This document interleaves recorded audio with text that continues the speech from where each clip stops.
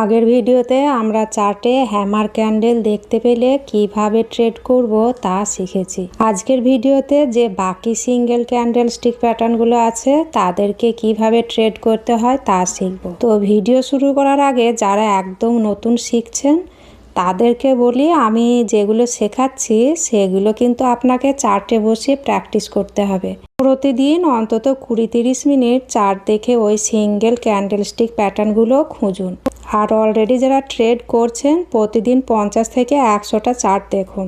এবার আমরা এই চার্টগুলো কোথায় দেখব? খুবই সিম্পল। আপনি মোবাইলে গুগলে গিয়ে ট্রেডিং ভিউ সার্চ করুন অথবা প্লে স্টোরে গিয়ে ইনস্টলও করতে পারেন। গুগলে সার্চ করার পর আপনি আপনার গুগল অ্যাকাউন্ট দিয়ে সাইন ইন করে নিন।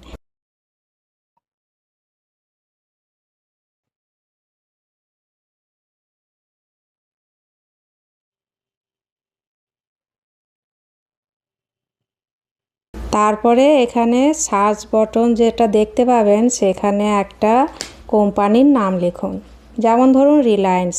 এখানে লঞ্চ চার্টে ক্লিক করলে আমাদের কাছে রিলায়েন্সের চার্ট ওপেন হয়ে যাবে। এবার আপনি চার্টের পিছনে গিয়ে দেখুন কোথায় হ্যামার তৈরি হয়েছে আর কোথায় বা হ্যাঙ্গিং ম্যান বা বাকি সিঙ্গেল ক্যান্ডেল স্টিকগুলো তৈরি হয়েছে আর আমাদের স্ট্র্যাটেজিগুলো কাজ করছে কিনা। আর এই যে সাইডে সিম্বলগুলো দেখতে পাচ্ছেন এগুলো আমরা শিখব কিন্তু পরে। আর শুধু সাপোর্ট রেজিস্ট্যান্স কী করে মার্ক করতে হয় সেটা দেখিয়ে দিই। সেকেন্ড নম্বরে যে সিম্বলটা আছে এখানে ক্লিক করলে হরাইজন্টাল লাইন আর হরাইজন্টাল রে লেখা আছে, এই দুটোই ব্যবহার করতে পারেন। হরাইজন্টাল লাইনে ক্লিক করলে যতদূর চার্ট আছে পুরোটাতেই লাইনটা দেখা যাবে। আর যদি হরাইজন্টাল রেতে ক্লিক করি তাহলে আপনি পয়েন্টারটা যেখানে রাখবেন সেখান থেকে শুরু হবে। আর যারা অলরেডি ট্রেড করছেন ইন্ট্রাডের জন্য 3 মিনিট, 5 মিনিট, 15 মিনিট আর 1 আওয়ারের চার্ট দেখবেন। আর যারা সুইং ট্রেড করেন তারা 1 ডে, উইকলি আর মান্থলি টাইম ফ্রেমে চার্ট দেখবেন। পরে আমরা ট্রেডিং ভিউ কি করে ইউজ করতে হয় সেটা নিয়ে একটা লং ভিডিও তৈরি করব। এবার হ্যাঙ্গিং ম্যান দিয়ে শুরু করি। হ্যাঙ্গিং ম্যান তৈরি হয় আপ ট্রেন্ডের একদম উপরে, রেজিস্ট্যান্স বা প্রিভিয়াস হাইয়ের কাছে। এখানে দাম উপরে গিয়েছিল, সেলাররা দাম নামিয়ে দিয়েছে, মানে এখানে বায়াররা দুর্বল হতে শুরু করলো। এবার এন্ট্রি কোথায় নেব? হ্যাঙ্গিং ম্যানের লোয়ের নিচে যদি আর একটা বিয়ারিশ বা রেড ক্যান্ডেল তৈরি হয় তাহলে এর ক্লোজিং প্রাইসের নিচে আমরা এন্ট্রি করব। আর এসএল থাকবে হ্যাঙ্গিং ম্যানের যে হাইটা আছে তার একটু উপরে। আর টার্গেট হবে 1:2, মানে যত পয়েন্ট আমরা স্টপ লস নিয়েছি তার ডবল টার্গেট রাখবো বা নিয়ারেস্ট সাপোর্ট বা প্রিভিয়াস ডিমান্ড জোন। এবার কখন এন্ট্রি নেব না? যদি ক্লিয়ার আপ ট্রেন্ড না থাকে, চার্টের মধ্যে যে কোনো জায়গায় তৈরি হয়, যদি ক্লিয়ার রেজিস্ট্যান্স না থাকে। হ্যাঙ্গিং ম্যানের উইক যত বেশি লম্বা হবে তার মানে সেলাররা তত স্ট্রং। আর এখানে গ্রিন অথবা রেড যে কোনো কালারেরই ক্যান্ডেল এটা হতে পারে। এবার শুটিং স্টার। শুটিং স্টার কোথায় তৈরি হয়? শুটিং স্টার তৈরি হয় স্ট্রং আপ ট্রেন্ডের টপে, রেজিস্ট্যান্স জোনে।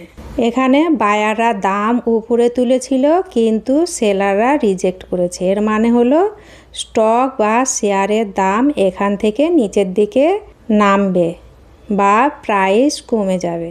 এবার আমরা চার্টে দেখব এন্ট্রি কোথায় নেওয়া যায়। রেজিস্ট্যান্স এরিয়াতে শুটিং স্টারের লোয়ের পর যদি আর একটা বিয়ারিশ বা রেড ক্যান্ডেল তৈরি হয় তো আমরা এন্ট্রি করব। এই ক্যান্ডেলটা যেখানে ক্লোজ হয়েছে তার নিচে আমরা এন্ট্রি করব। আর এসএল হবে শুটিং স্টারের হাইয়ের একটু উপরে। টার্গেট হবে 1:2, অর্থাৎ যত পয়েন্ট আমাদের স্টপ লস রেখেছি তার ডবল টার্গেট বা নিয়ারেস্ট সাপোর্ট বা ডিমান্ড জোনে। কখন এন্ট্রি করব না? সাইডওয়েজ মার্কেটে উইক মুভ থাকলে আর সাপোর্টের কাছে। শুটিং স্টারে আমরা কিন্তু স্টক সেল করব, মানে প্রাইস আরও নিচে যাবে। যারা অপশন ট্রেড করেন তারা পুট বাই করবে। হ্যাঙ্গিং ম্যান আর শুটিং স্টার ক্যান্ডেলে আমরা কিন্তু সেল পজিশন নেব। এবার ইনভার্টেড হ্যামার। এটা কোথায় কাজ করে? ডাউন ট্রেন্ডের শেষে সাপোর্ট বা ডিম্যান্ড জোনে। বায়াররা উপরে তুলতে চেয়েছিল, পুরোটা না পারলেও সেলাররা দুর্বল হয়েছে। এবার চার্টে গিয়ে দেখি, এখানে সাপোর্ট এরিয়াতে একটা ইনভার্টেড হ্যামার তৈরি হয়েছে।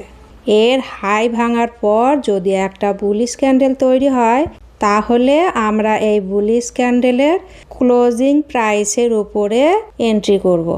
ইনভার্টেড হ্যামারের একটু নিচে স্টপ লস রাখবো আর টার্গেট আগের মতোই 1:2, অর্থাৎ যত পয়েন্ট স্টপ লস তার ডবল টার্গেট বা ফার্স্ট রেজিস্ট্যান্স, বা যতক্ষণ ট্রেন্ড চেঞ্জ না হচ্ছে। কোথায় এন্ট্রি নেব না? স্ট্রং ডাউন ট্রেন্ড চলাকালীন আর সাইডওয়েজ বা চার্টের মধ্যেখানে যদি তৈরি হয়, এখানে আমরা বাই পজিশন নেব।